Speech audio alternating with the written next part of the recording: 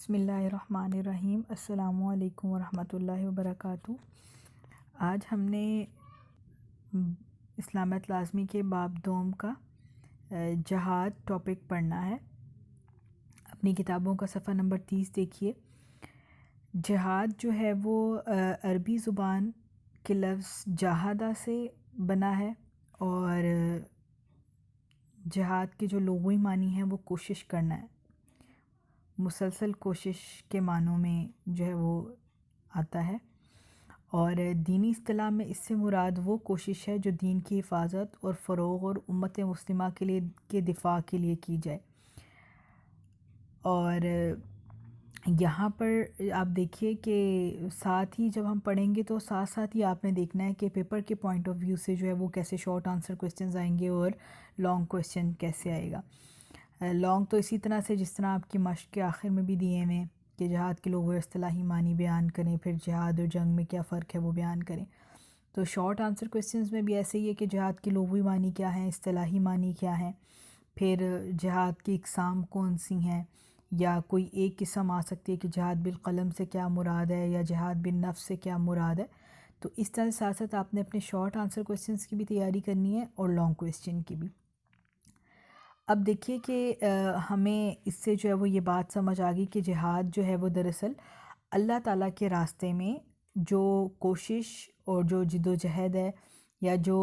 کسی بھی چیز کے لیے اللہ تعالیٰ کے لیے، لیکن یہ بات یاد رکھیں کہ جہاد جو ہے وہ خالصتاً اللہ تعالیٰ کے لیے، یعنی وہ ہر ہماری وہ کوشش جو اللہ تعالیٰ کے لیے، اللہ کے راستے کے لیے، وہ جہاد کہلائے گی۔ اب دیکھیے کہ جہاد کی بہت ساری اقسام ہیں جو ہمیں قرآن اور حدیث سے پتہ چلتی ہیں۔ یہاں پر جو سب سے پہلی قسم لکھی ہوئی ہے وہ ہے کہ خواہش نفس کے خلاف جہاد۔ تو خواہش نفس کے خلاف جہاد سے کیا مراد ہے؟ وہ یہ ہے کہ آپ کو پتہ ہے کہ اللہ تعالیٰ نے ہر انسان کے اندر اس کا جو نفس ہے، جو اس کی ذات ہے، اس کے اندر اللہ تعالیٰ نے کچھ خواہشات اور جذبات رکھے، اور انسان ان خواہشات اور جذبات جب وہ جذبات اور خواہشات انسان کے دل میں آتے ہیں تو بہت دفعہ ایسی خواہشات ہمارے دل میں آتی ہیں جو ہمیں دین پر عمل کرنے سے یا اللہ تعالیٰ کا حکم ماننے سے جو ہے وہ روک رہی ہوتی ہیں، یا وقتی طور پہ جو ہے وہ ہم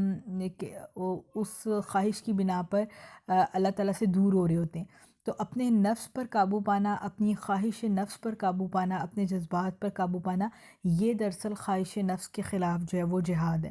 اور اس کو حضور اکرم صلی اللہ علیہ وسلم نے جہاد اکبر کہا ہے۔ کیوں؟ کیونکہ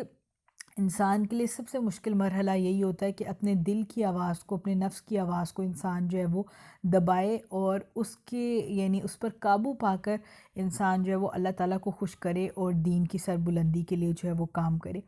اگلا جو ہے وہ شیطان کے خلاف جہاد۔ تو شیطان کے خلاف جہاد سے کیا مراد ہے کہ جب انسان اپنے نفس پر قابو پا لیتا ہے تو ساتھ جو دوسری چیز اللہ تعالیٰ نے ہمارے ساتھ رکھی ہے وہ شیطان ہے۔ ہر انسان کے ساتھ شیطان ہے، اور وہ جس طرح ہمارے نفس کے اندر خواہشات ابھرتی رہتی ہیں، اسی طرح ہمارا شیطان بھی ہمیں کچھ نہ کچھ یعنی ورغلاتا رہتا ہے، کوئی نہ کوئی اس طرح کی بات یا وسوسہ دل میں ڈال دیتا ہے جس سے ہم جو ہے وہ نیکی سے دور ہو جاتے ہیں۔ تو شیطان کے خلاف جہاد بھی جو ہے وہ اللہ تعالیٰ نے، یعنی شیطان کے خلاف جد و جہد یہ ہے کہ ہم اپنے نفس پر قابو پائیں، اور اس کے بعد جو ہے وہ پھر ہم اتنے یعنی نیکی کے رستے پہ لگ جائیں کہ جو ہمارا شیطان ہے ہم اس کی جال میں یا اس کی سازشوں میں نہ آئیں، بلکہ اللہ تعالیٰ کے حکم کے اطاعت گزار بن جائیں۔ پھر یہاں پر لکھا ہوا ہے کہ قرآن کریم میں اللہ تعالیٰ ارشاد فرماتے ہیں، الذین آمنوا یقاتلون فی سبیل اللہ والذین کفروا یقاتلون فی سبیل الطاغوت، کہ بے شک جو لوگ الذین آمنوا، جو لوگ ایمان لائے ہیں، یقاتلون وہ لڑتے ہیں، فی سبیل اللہ اللہ کے راستے میں، والذین کفروا اور جن لوگوں نے کفر کیا، یقاتلون وہ لڑتے ہیں، فی سبیل الطاغوت، فی میں سبیل الطاغوت، طاغوت کے راستے میں۔ تو طاغوت کسے کہا گیا ہے؟ شیطان کو، یعنی ہر وہ شیطانی قوت جو انسان کو اللہ تعالیٰ کے راستے سے ہٹاتی ہے وہ جو ہے وہ طاغوت کہلائے گی۔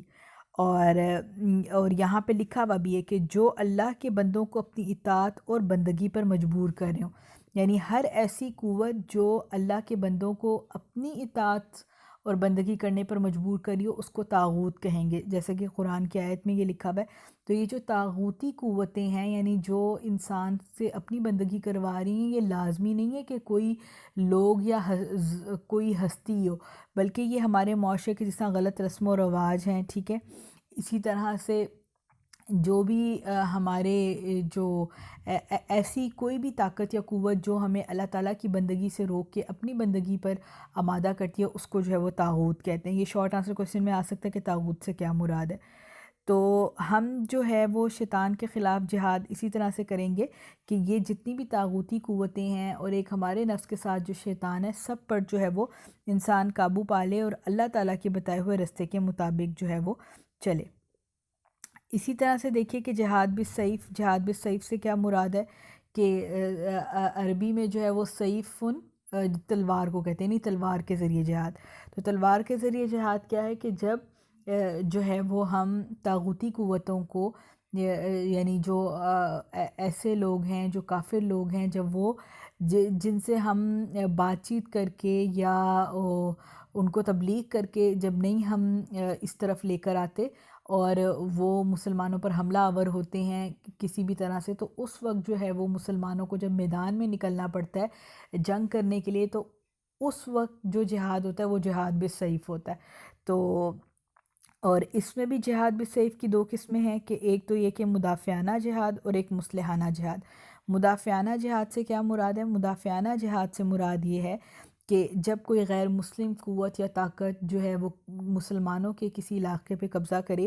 اور حملہ کر دے، اور اس وقت جب مسلمانوں کی جان اور مال، عزت آبرو کو خطرہ ہو، تو اس وقت جو ہے وہ ان کے خلاف جہاد کیا جائے گا۔ تو یہ اپنے دفاع میں کیا جائے گا، اس لیے اس کو مدافعانہ جہاد کہتے ہیں۔ اور مسلحانہ جہاد کیا ہے؟ مسلحانہ جہاد سے مراد یہ ہے کہ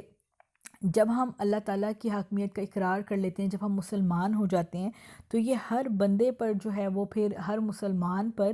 یہ لازم ہو جاتا ہے کہ وہ اپنے ہر عمل سے، اپنی ہر بات سے جو ہے وہ اللہ تعالیٰ کی احکام کی بندگی کرے اور ساتھ ساتھ اللہ تعالیٰ کے احکام کو نافذ کرنے کی جو ہے وہ کوشش کرے۔ کیونکہ اللہ تعالیٰ نے قرآن پاک میں نبی اکرم صلی اللہ علیہ وسلم کی بعثت کا جو مقصد بیان کیا، بعثت کہتے ہیں نبوت کو، وہ یہی ہے کہ دین حق کا قیام کرنا، یعنی اللہ تعالیٰ نے نبی اکرم صلی اللہ علیہ وسلم کو صرف خود دین پر عمل کرنے کا حکم نہیں دیا تھا، بلکہ ان کا کام یہ تھا کہ انہوں نے اللہ کے دین کو قائم کرنا تھا۔ اور اب نبی اکرم صلی اللہ علیہ وسلم کے بعد اب ہم مسلمانوں کا یہ فرض ہے کہ ہم اس دین پر عمل بھی کریں اور اس دین کو نافذ بھی کریں، اس دین کو جو ہے وہ ہم قائم بھی کریں۔ آگے جو ہے وہ جنگ اور جہاد میں فرق، تو یہ آپ لوگ جان لیجئے، یہ آپ کی کتاب میں بھی لکھا ہوا ہے۔ یہ جنگ اور جہاد والا آپ جو ٹاپک ہے نا، اس کی دوسری لائن دیکھیے کہ کافر کی جنگ کا مقصد کسی مخصوص فرد، گروہ یا قوم کی ہوس ملک گیری، جذبہ برتری یا معاشی غلبے کے جذبے کی تسکین ہوتی ہے، اور اس مقصد کے حصول کے لیے وہ ہر ممکن ظلم اور دہشت گردی اور صفاقی سے کام لیتا ہے،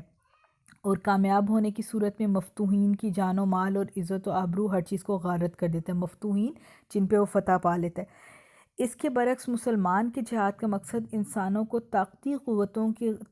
قوتوں کے غلبے سے نجات دلانا اور ان کے شرف اور ان کی عزت آزادی کو بحال کرنا ہے، اور اس مقصد کے لیے وہ خود کو اللہ تعالیٰ کے عطا کردہ ضابطۂ جنگ کا پابند رکھتا ہے، ٹھیک ہے۔ تو اس کو اگر ہم مختصراً بیان کریں تو سمپل بات یہ ہے کہ کافر جو ہے اس کی جنگ کا مقصد کیا ہوتا ہے کہ وہ کسی مخصوص فرد یا گروہ یا اپنے کسی مفاد کے لیے یا اپنا جو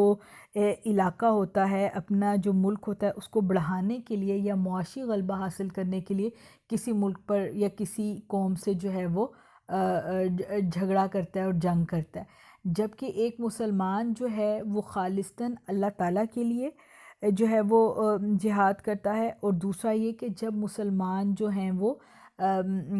مسلمانوں کی جب جان اور مال کو یا انسانوں کی، صرف مسلمان نہیں دیگر انسان بھی جو کسی قوت یا طاقت کے غلبے میں آ جاتے ہیں، تو ان کو چھڑانے کے لیے اللہ تعالیٰ کی رضا کے لیے جو ہے وہ جہاد کیا جاتا ہے۔ اس میں جو ہے وہ جہاد کے بہت سارے